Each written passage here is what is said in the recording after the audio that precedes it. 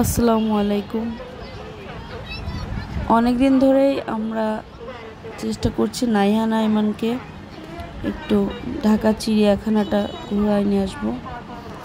তো সেই সময়টা চলে আসলো, আর সময় সুযোগ সব সময় যখন হয় না, তো যখনই সুযোগ পেয়েছি ওদেরকে আমরা নিয়ে আসলাম ঢাকা চিড়িয়াখানা দেখার জন্য। নায়ান যথেষ্ট বড় হয়েছে, একটু বড় হয়েছে, ওরা আশা করি খুব এনজয় করবে, যার জন্য নিয়ে আসছি। তো প্রথমেই আমরা শুরুতেই দেখলাম যে অনেক হরিণ, এখানে দেখেন কত পরিমাণ হরিণ।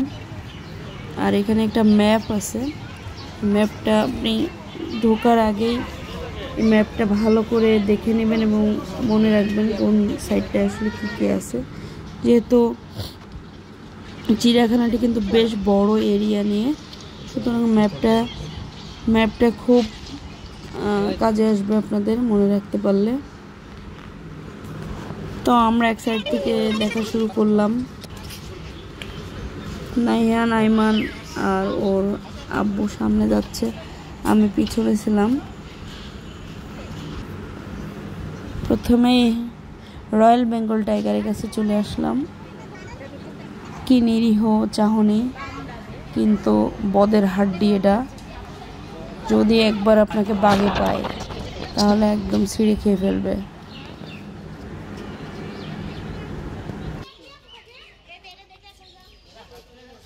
মাংস পড়ে রয়েছে,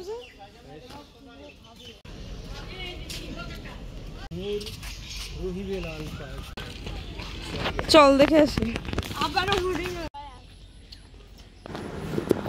এক এক করে সবকিছুই ঘুরে দেখছি হেঁটে হেঁটে। বিকালবেলা আমরা 4:30টার সময় এসে পৌঁছেছিলাম, আর এভাবে হাঁটাহাঁটি করতেছি। এগুলো মনে হয় গাধা, ওরা ক্লান্ত হয়ে গেছে, হাঁটতে হাঁটতে বসে আছে।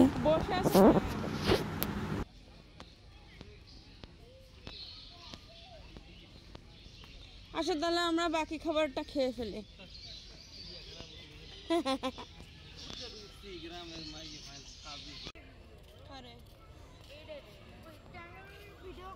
ওর নাম কি বলিস তুই বারবার?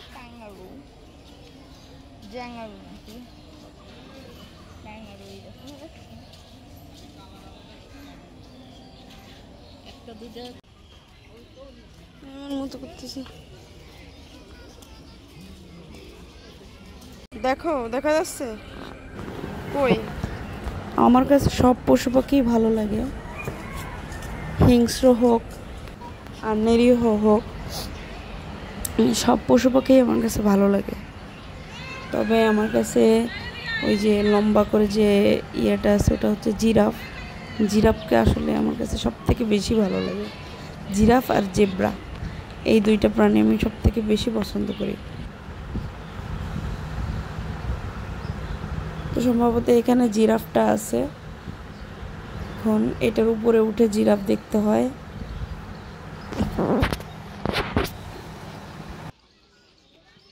পড়ে যাবি তো, দেখছি।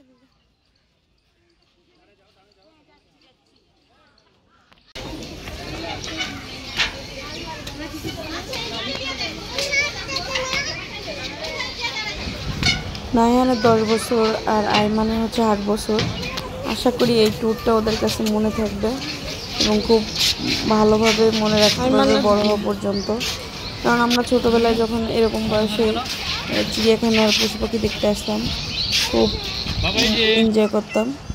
তো সেই কারণে ওদেরকে নিয়ে আসলাম, ওরা আনন্দ পাবে। তো এই যে জিরাফ দেখতে আসলো, গলা লম্বা প্রাণী।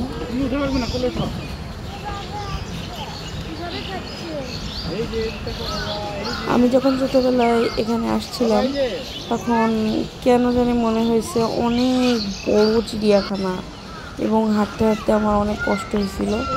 কিন্তু এখন যেবার আসলাম, এখন যে ওদের সাথে আসলাম, মনে হচ্ছে এটা এত ছোট হওয়ার কথা না। আমি যে চিড়িয়াখানা চিনি সেটা তো অনেক বড় ছিল, হাঁটতে হাঁটতে পায়ে ব্যথা হয়ে গেছিল। তো এটা আসলে বয়সের সাথে সব কিছু পরিবর্তন হয়। তো আমার মনে হয় আমার নায়ানের কাছে ওরকমই মনে হচ্ছে যে চিড়িয়াখানাটা অনেক বড়, অনেক হাঁটাহাঁটি করতে হচ্ছে, কিন্তু ওর কাছেও একদিন মনে হবে না এটা আসলে কিছুই না, এর থেকে অনেক অনেক পথ আমাদের যেতে হবে, অনেক কিছু করতে হবে জীবনে।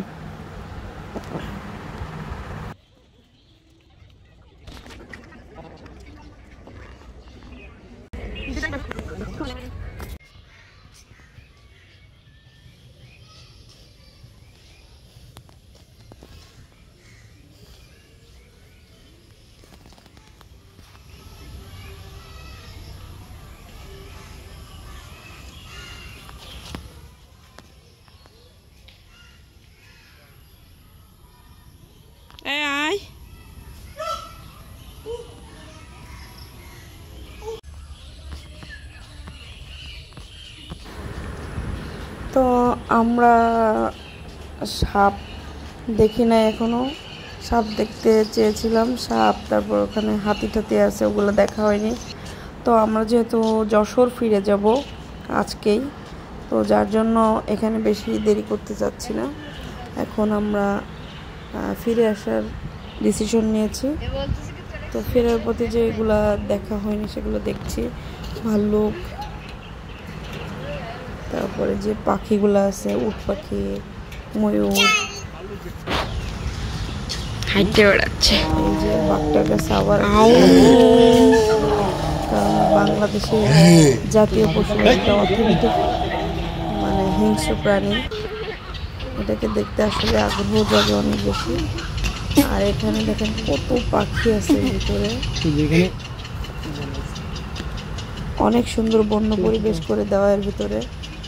পাখিগুলো একদম মনে হয় যে ওরা বনেই আছে, কিন্তু ওরা যে কত বড় একটা খাঁচায় আছে ওরা বুঝতে পারছে না।